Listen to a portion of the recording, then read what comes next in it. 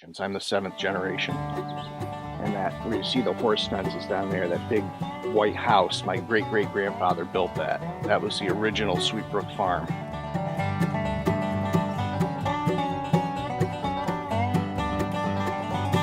Hi, we're Pete and Beth Phelps. We're with Sweet Brook Farm. We make maple syrup and we produce maple products such as candy, cream, of course the syrup. And we also raise alpacas, which are prized for their beautiful fine fiber. And we have that processed into yarn and other goodies. Bud here, before I bought him, he spent a summer on an Amish farm in Pennsylvania. And Bob, I've had him since he was a 3-year-old, so this is what I like to do the best. And I think they enjoy it the best too.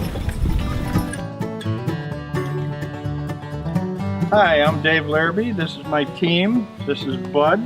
My other one's Bob. We're Belgian draft horses, and here at Sweet Brook Farm, I do sleigh rides in the winter and wagon rides, hay rides in the fall.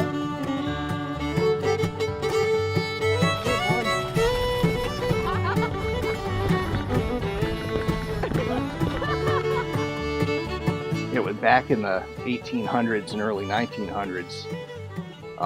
Indian sugar or maple sugar was the predominant source of sugar in New England because cane sugar had to be imported and it was expensive. And so most dairy farmers had a sugar bush, a grouping of maple trees, and in the spring and February and March, when you couldn't plow the land or plant crops or do anything else, you'd make maple syrup to sell for sugar. And that's how the industry kind of developed in America.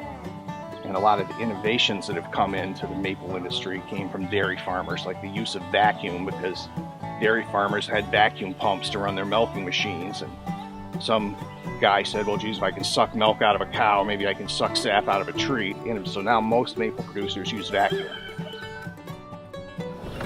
The sap from this side of the hill flows down to a tub down there where the vacuum pulls it up so it can drain gravity back down. That's called a ladder tub. And about 1,400 taps flows into there. Back in around the turn of the century, when my great-grandfather ran this farm, they used to call this area the picnic grounds, and there were giant maple trees and canopy, and people used to come in their horse and buggies and have picnics here on Sunday afternoons in this spot.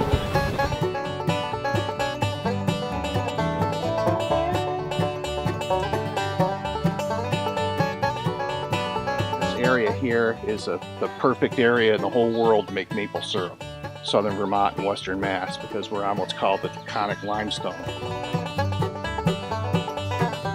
After the Ice Age, there was a giant lake that went from Southern Vermont almost all the way through Berkshire County down to the Hudson River Basin. It was called Bascom Lake. And you can actually find the shoreline almost up on the top of Greylock, so it was like 2,000 feet deep. And over time, all the calcareous critters that lived there settled out and made the limestone. So what the limestone does is it's very alkaline available, and it keeps the soil really sweet and rich and mineral rich, and it makes for really good tasting maple syrup.